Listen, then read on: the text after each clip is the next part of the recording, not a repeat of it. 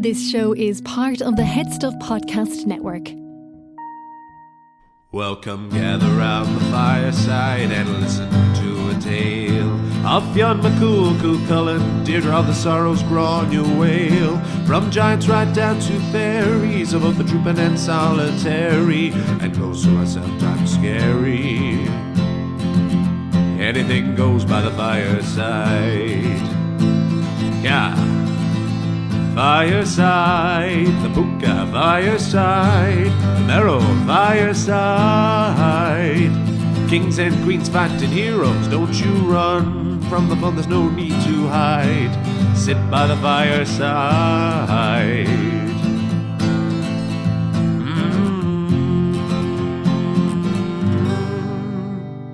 Fireside.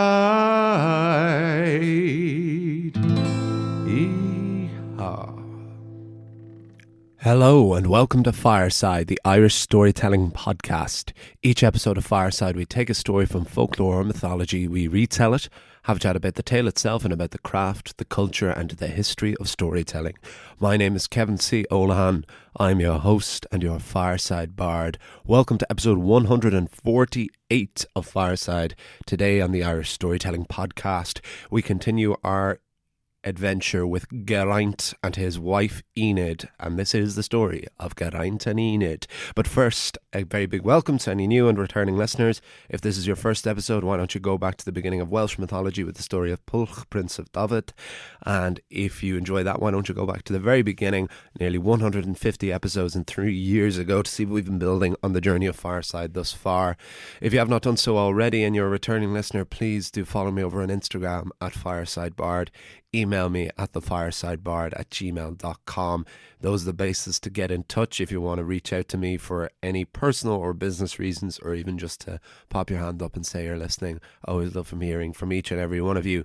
And if you really want to support the podcast, you can do so over at headstuffpodcast.com, where you can join Headstuff Plus, where for as little as €5 a month, although you can pay more if you want, you can gain access to bonus episodes and material, not just for Fireside, but for all of the podcasts in the Headstuff Podcast Network. And they are launching more and more each and every month, which you'll be able to hear from the insert ads about halfway through each of these episodes.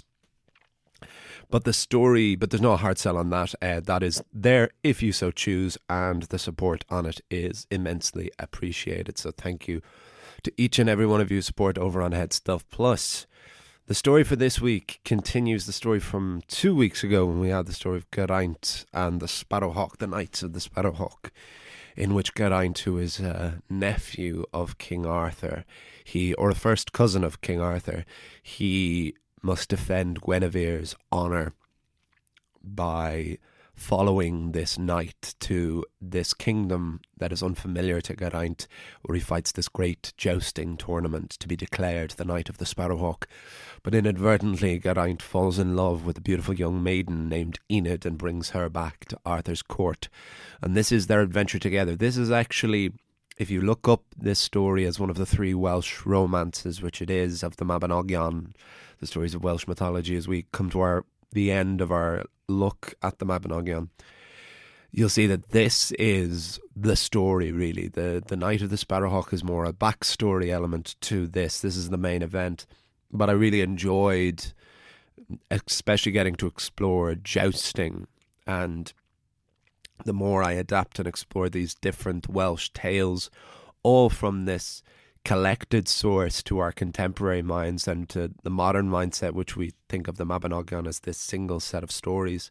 When the more of them adapt, you see the drastically different literary styles in which they are written as they were written over a period of time where the transition from the oral tradition into the literary tradition became more and more solid. And Geraint is very much a strong figure in that. So we'll chat more about this afterwards, but here is the story of Geraint and Enid on Fireside.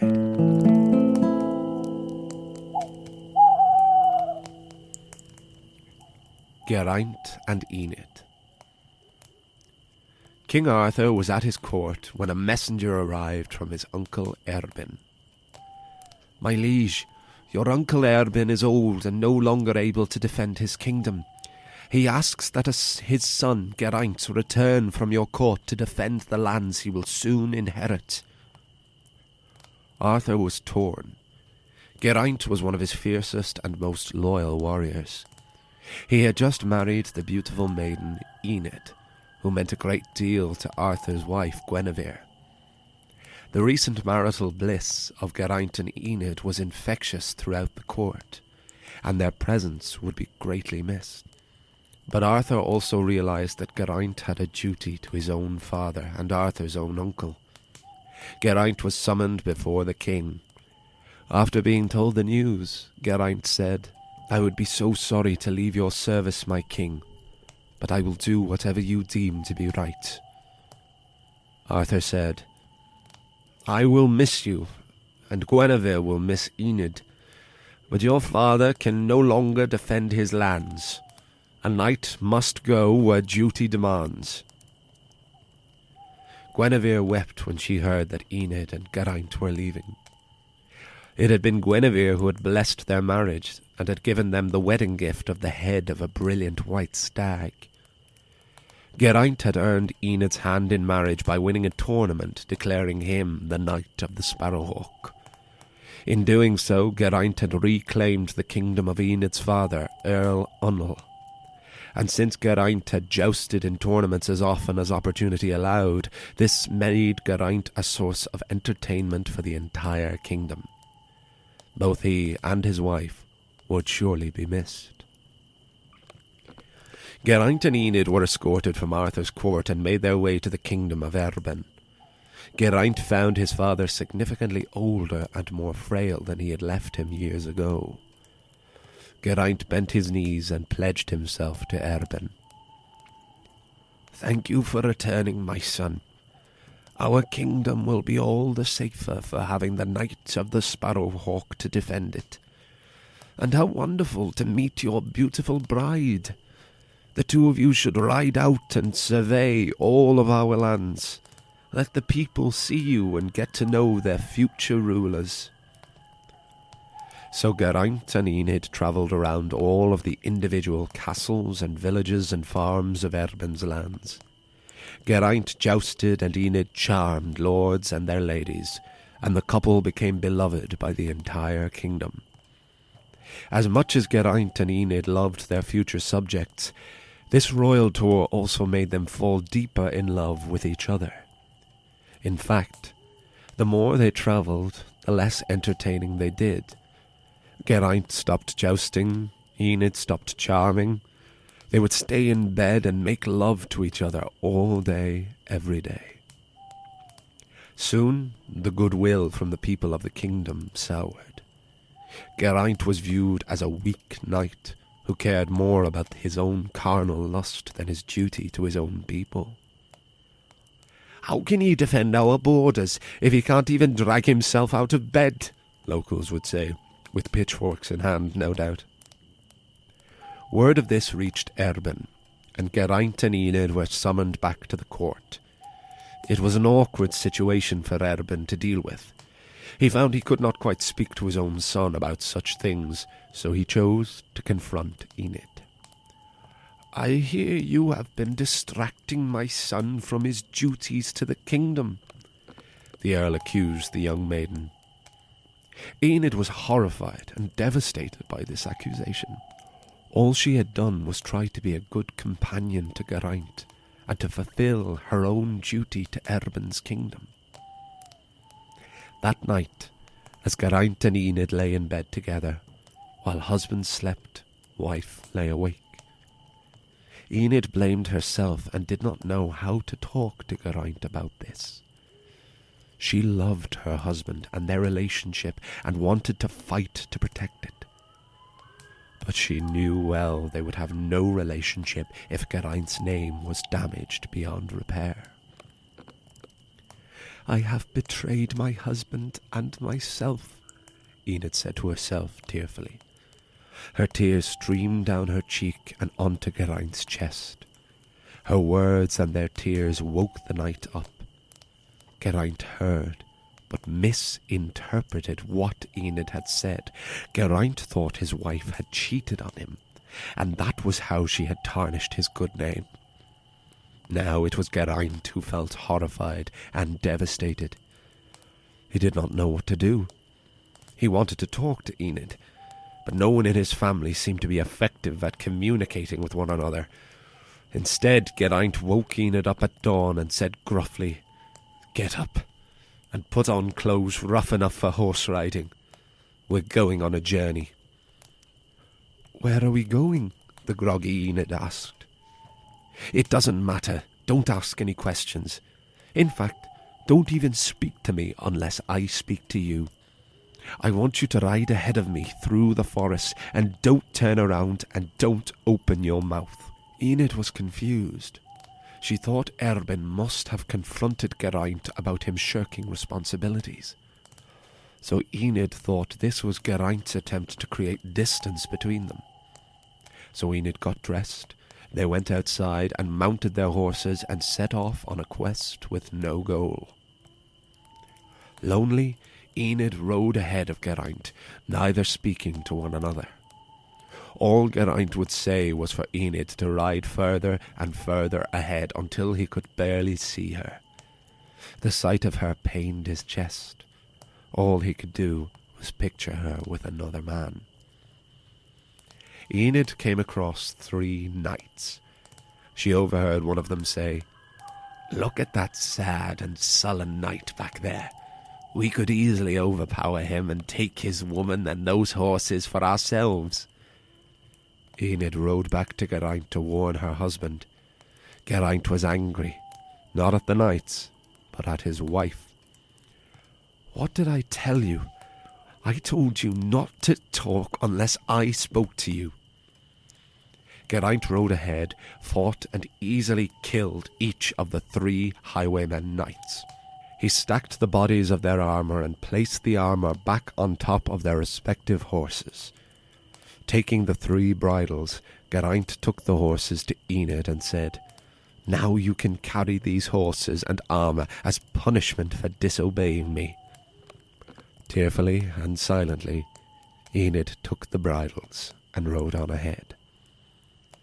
Enid wanted to keep her word to Geraint to prove her loyalty, but the sight of a young maiden on her own, towing 3 horses with fresh armour, loosely followed by a depressed-looking knight, proved to be too enticing to murderous woodland knights.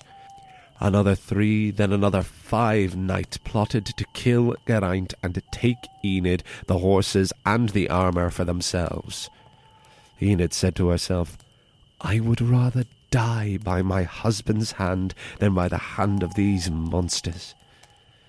She rode back and told Geraint. Geraint only became angrier each time. "Can't you do anything you're told? I don't care about your warnings. I don't care what you have to say." But each time Geraint would also easily kill the assailants and give Enid the spoils to lug through the forest. Soon the poor girl was dragging 12 horses, each with the armoured shell of its former rider.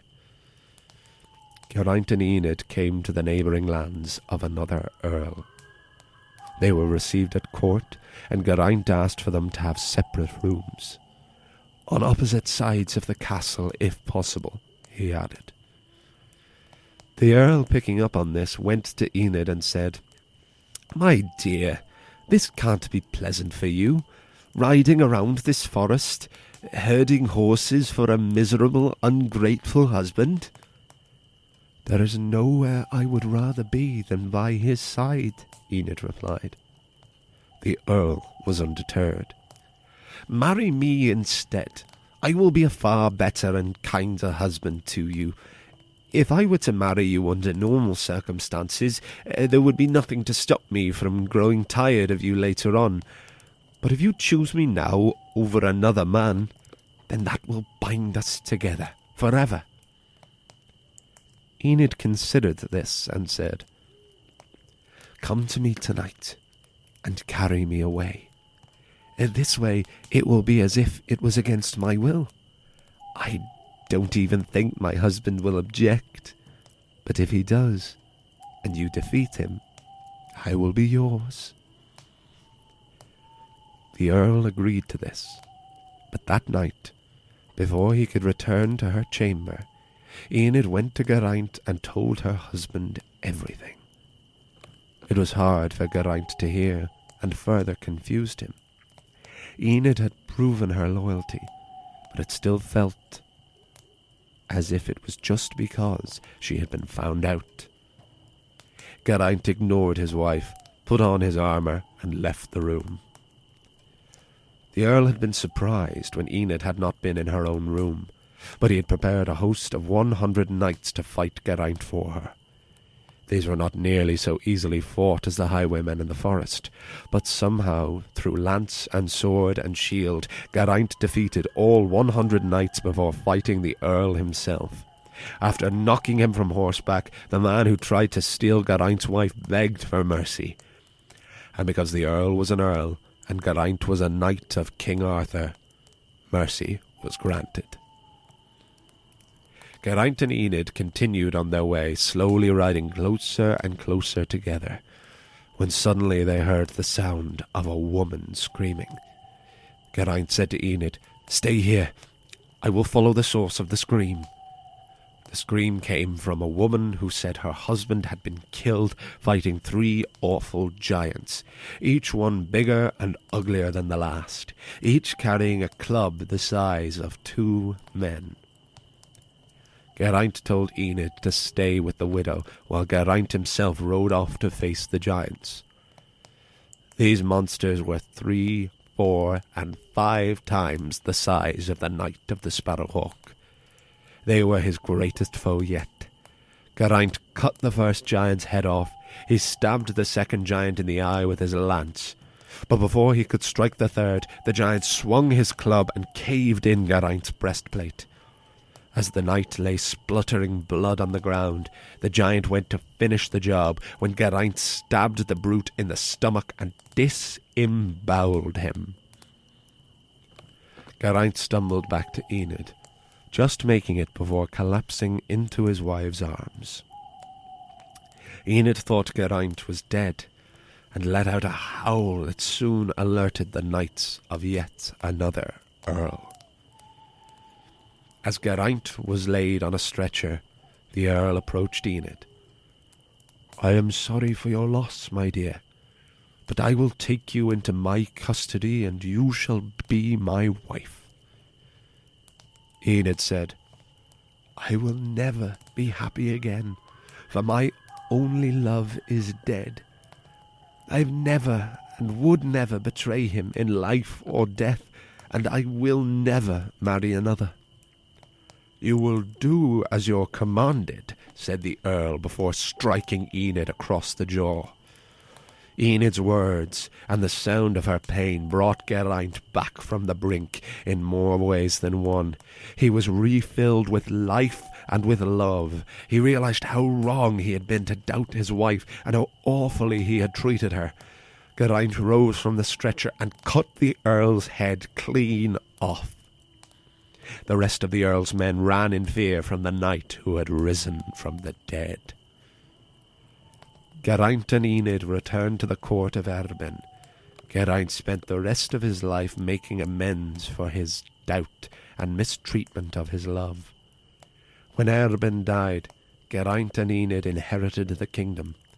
They never shirked their responsibilities or their love for one another. They ruled in balance and in happiness for the rest of their lives. To be continued.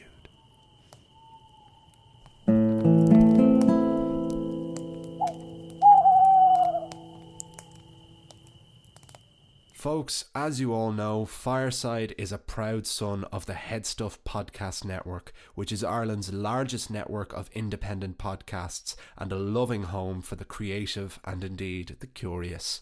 There are so many other podcasts I could recommend to you on the network, some of which inspired me to approach Headstuff myself. Here's a taste of one you might enjoy. They're Only Stories, a new anthology drama podcast that celebrates stories and the writers behind those stories. I go like the hounds of hell are after me. Good to know. Premiering on the 17th of October on the Headstuff Podcast Network. Listen on Spotify or wherever you get your podcasts.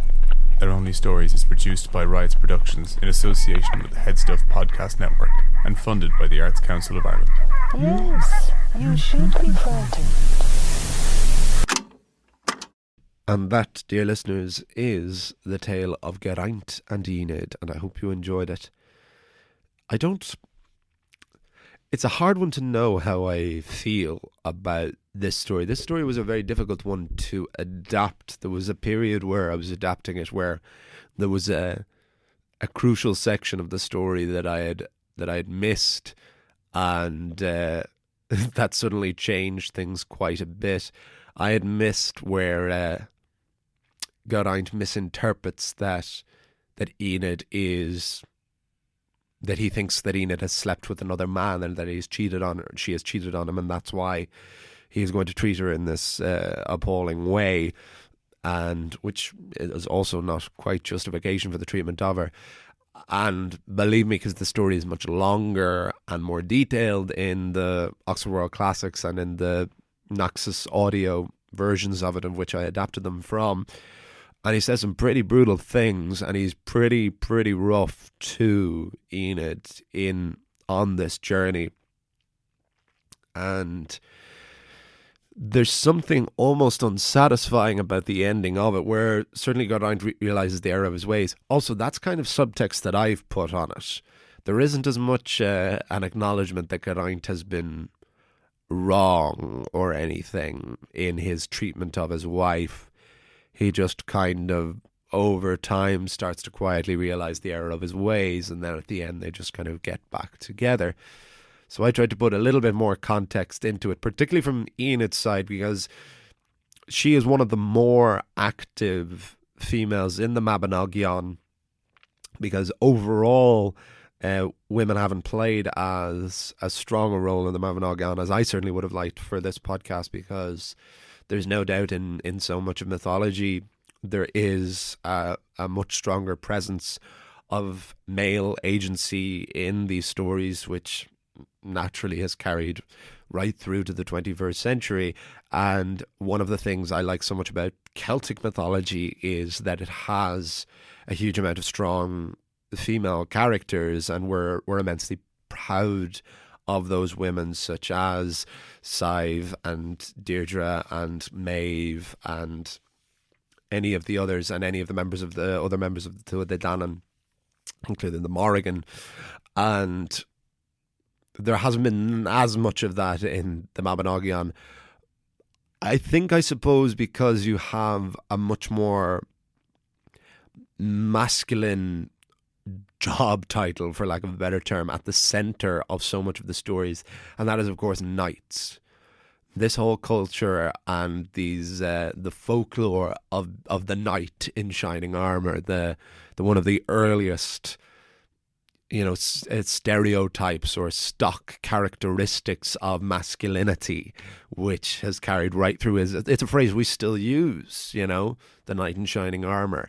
And we have the major popularity of that here in the Middle Ages, when these stories were first really compended together.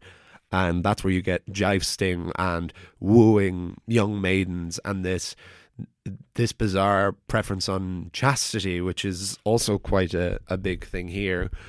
And with Geraint here, this is the one where we have the title is of the husband and wife, and that they share the name of the story, and they are equal characters in it. It isn't dissimilar from the likes of, the pursuit of Diarmid and Grania in theory, but then very different in practice. So let's just go through it. Well, first of all, we open with Geraint and Enid being summoned away so that Geraint can inherit his father's kingdom. And then they go out on this very Charles and Diana exploration of the kingdom. And they sit down and they meet with all the people, and Enid charms the locals, and Geraint goes out and displays his bravado, jousting and entertaining. And then they fall even more and more in love with each other, and love all that aspect. And I think it's actually a really interesting story beat that they are believed to be less good as rulers or less good as prospective rulers by the fact that they love each other so much and that they become distracted with their love and their intimacy with one another. Because I always think that that is the thing that happens with contemporary couples, and where two people, get very excited about a new relationship and then they pour themselves into each other and it can become overly intense, and then they find that they've alienated all of their friends. And suddenly you find, I've had many friends who are couples who have a few years down the line then suddenly had to make new friends and had struggled to make friends because they'd become so much of a unit with each other. So I really like that. Really resonates with me as a story beat of Geraint and Enid having fallen into each other and then suddenly having to prove that they can care for their subjects as well. And of course, and this is where the story becomes a bit more problematic, is the entire blame for this is laid at Enid's door. She is the wily woman. For the most part, there isn't as much magic in the Mabinogion as there is in Irish mythology. So there aren't as many actual, witches and wizards and mages and sorceresses and the like. But still, the women are tarnished with this idea that they are temptresses and it is Enid, and if it wasn't for her, Geraint would be. So I try to recontextualize it where it's the father who isn't really able to talk to his own son. Still the same result. And my favourite image in this story is when they're lying in bed together and there's that beautiful description of him lying asleep and her lying on top of him, and it being her tear falling onto his chest that wakes him up. Something about that I find particularly strong and evocative, and quite well captured for such an old story, when details like that tend to not be what the focus is of as much. And that's what I mean, where we start to really see the early literary tradition and what would end up becoming the novel and modern prose. You have in details like that captured as significant story beats, rather than this big grand moment. It's something so nuanced and so subtle. So Geraint wakes up and he thinks he's been made a cook of, and decides to kind of just take her out and just ride their anger off, I guess, just try and treat her badly for badly's sake. And she's constantly warning him about all of these nights, and this becomes, it is to be fair, far more Enid's story of her trying to prove herself wrong. It's like she's on trial. So she's the defense, and she is having to, through this bizarre kind of Stockholm syndrome, prove her loyalty to her husband that she is loyal to anyway. And she just has to hope that Geraint realizes this before both of them are dead. Thankfully, he does realize this, and there is that lovely moment. Well, lovely is not the right word, but that very powerful moment at the end where another earl has said he's going to take Enid away, and Enid, in a very strong moment, says that even though her husband is dead, that she won't do that.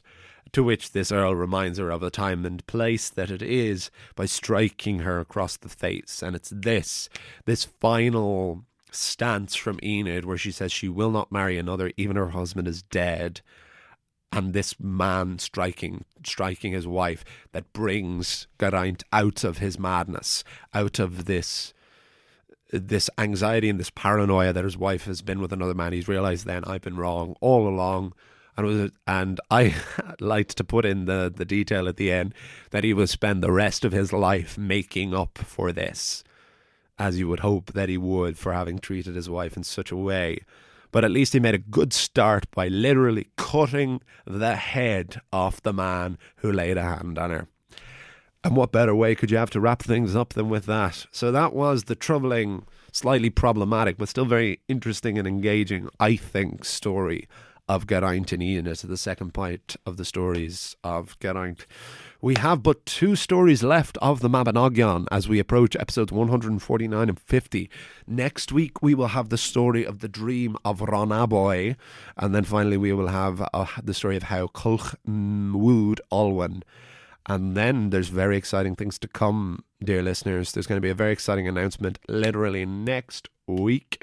It'll have been by the time this episode comes out. So I'll be able to talk about it a lot more next week, but you will get the alert about it, dear listeners. I'll see you all. You'll hear me all next time. Please do follow me on Fireside at FiresideBard on Instagram. Email me at thefiresideBard@gmail.com. Support Head Stuff Plus. The link is in the description below. Your support is very greatly appreciated each and every month. I'll see you all. You'll hear me all next time. And remember, wherever you are and wherever you go, you can always join me by the fireside.